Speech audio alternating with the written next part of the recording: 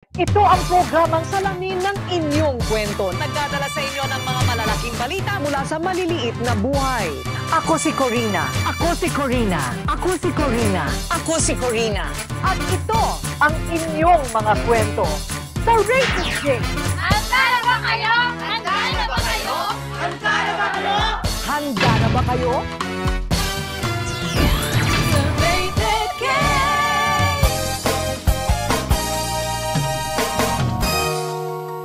Sa ngalan ng pag-ibig, ibibigay natin ang pinakamagandang regalo sa taong espesyal sa ating puso. Kahit pangahalaga nito'y umabot sa milyong-milyong piso. Kaya, mula sa ngayon pa lang makikitang Hermes bag ni Mami Dionisia hanggang sa pinakabonggang kotse, sorpresa ay mahal na regalo sa mahal ko. Susungkitin ko mga... Hanggang saan ang kaya mong gawin sa ngalan ng pag-ibig? Akin ka lamang. Bibigyan kita ng Rolex. Hanggang magkano ang kaya mong ibigay sa ngalan ng Mahaling pag-ibig? sasakyan. Tulad na lang ng regalong natanggap ng komedyanteng si Kit Kat mula sa kanyang pinakamamahal.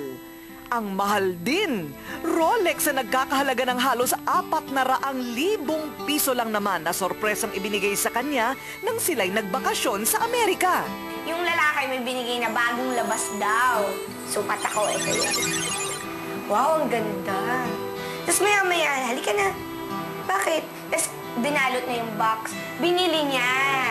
At hindi lang natapos sa mamahaling relo ang natanggap niya. Nako, surprise talaga ako sa binigay ng aking pinakamamahal. Papakilala ko na sa inyo. Ay, si Walray! Nakakasilaw naman ang halaga ng pag-ibig na ito. Kumikinang ang halos 1,000,000 o nasa 800,000 piso lang naman ang 1.04 carat diamond at Asher cut platinum ring na pinasadya pa sa Amsterdam. Hindi naman daw sa pagmamayabang, iilan lang daw sa mundo ang nagmamay-ari ng katulad ng singsing na ito ni April. But when he gave it to me and I saw it and it's the cut that I want. At ang karugtong ng nakakasilaw na katibayan ng pag-ibig ni Daniel kay April ay ang nakatakda nilang pag-iisang dibdib sa darating na Disyembre. Noong 2009, di matatawarang pag-ibig naman ang simbolo ng regalong ito ni Wesley sa kanyang nobya na si Tiffany.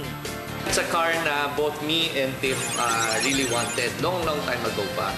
Labor of love ang linagay natin dito sa Mini Cooper na to. At noong araw ng kasal sa reception ay ipinakilala na nga si Mini Tiff, ang Mini Cooper na regalo ni Wesley kay Tiffany. Alam ko na may surprise, pero I didn't know what it was. Nung na-realize ko na car na pala yun, sobrang na-shock talaga ako. At umabot daw sa halos ₱250,000 piso ang pagpapaganda dito, ha? At eto pa, baka malunod kayo sa saya pag natanggap mo ang regalong yate lang naman. Nagkakahalaga lang daw ng tumataginting na 15,000,000 piso. Literal na ibinigay ni Ko ang mundo sa kanyang misis na si Carla nang libutin ng mag-asawa ang daigdig gamit ang regalong yate ni Mister kay misis. Because we wanted together travel around the world. Mula Holland sa Europa ay naglayag ang mag-asawa sa Amerika, Africa, Australia, hanggang sa Asia. 24 na bansa nang naikot ng yating ito na nagsilbing tahanan ng mag-asawa sa ibabaw ng dagat. Alam naman nating lahat na napakayaman ni Manny Pacquiao. Pero sa mga mayayamang tulad niya, ano naman kaya ang ibinibigay niya na simbolo ng pagmamahal na regalo sa kanyang misis na si Jinky? Ito ang kauna-unahang mansyon na ipinatayo ni Manny para kay Jinky. At eksklusibo ipapasilip sa atin ni Jinky ang tinatawag na Mansion 1 dito sa Gensan. At narito na nga ang reyna ng kanyang mansyon. Walang iba kung hindi si Jinky Pacquiao. Hi, Jinx! Hi, Corina. Ang ganda ng bahay mo. Thank you. At ang dami mong mansyon. Sa dinami-dami-dami ng litrato mo sa mga mansyon mo, Ito ang favorite ko talaga. Favorite mo rin yan. Yan ang pinakamalaki eh, no? Oo, tsaka pinakamagandang picture. Oo, ano? Eksklusibo rin kaming pinapasok ni Jinky sa kanilang ikalawang mansyon.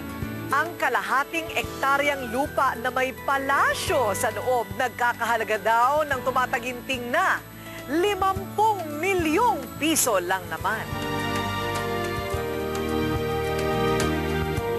Bawat kwarto sa bawat mansyon ay punong-puno ng mga litrato ng walang iba kung hindi ni Jinky Pacquiao ang minamahal na asawa. Dito sa mansion number 2 ni Manny sa Gensan, para kang wala ka sa Gensan, para kang nasa Palawan. Isang spa na grande, moderno pati ang pool, at parang ayaw na naming umuwi. Sukatan ba ng pagmamahal kung gaano din kamahal yung regalo? Hindi naman doon sa regalo nasusukat yung pagmamahal. Tulad ko, mahilig ako magregalo. Parang pag masaya ako na mahal ko yung isang tao, gusto ko niregaluhan. Paano mo sinusukat ang pag-ibig sa'yo ni Manny? Yung magagaling sa bibig niya na nag-iisip siya para sa future ng mga anak niya. Hindi rin naman nagpataob sa mamahaling regalo ng pagmamahal ang natanggap ni Mommy D mula sa anak na si Pacman. Ang pinag-uusapang Hermes bag, eksklusibo. Sa amin lang niya ito unang pinakita. Oy, sabi mo, ang pangalan niya ang mahal, pero sabi ko, parang hindi maganda tingnan, pero nakaganda sa kanya kasi material. Amoy guma. Ano? Amoy pares pa. Itong regalo ni Ira. Wow! Pwede sa leeg yan, pwede sa bag. Pwede dito. Oo. Ng Girl Scout. Corina. Oh? O yan. Oo, tama. Oh, hindi ba? Oh, di ba? Ayan. Iba-iba man ang sinisimbolo ng mga regalong ito.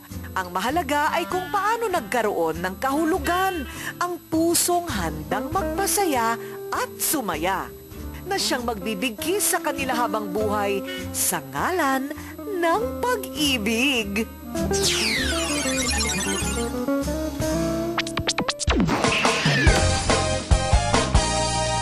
Halika makinig sa mga kwentong nakakakilig, mga aral sa buhay na di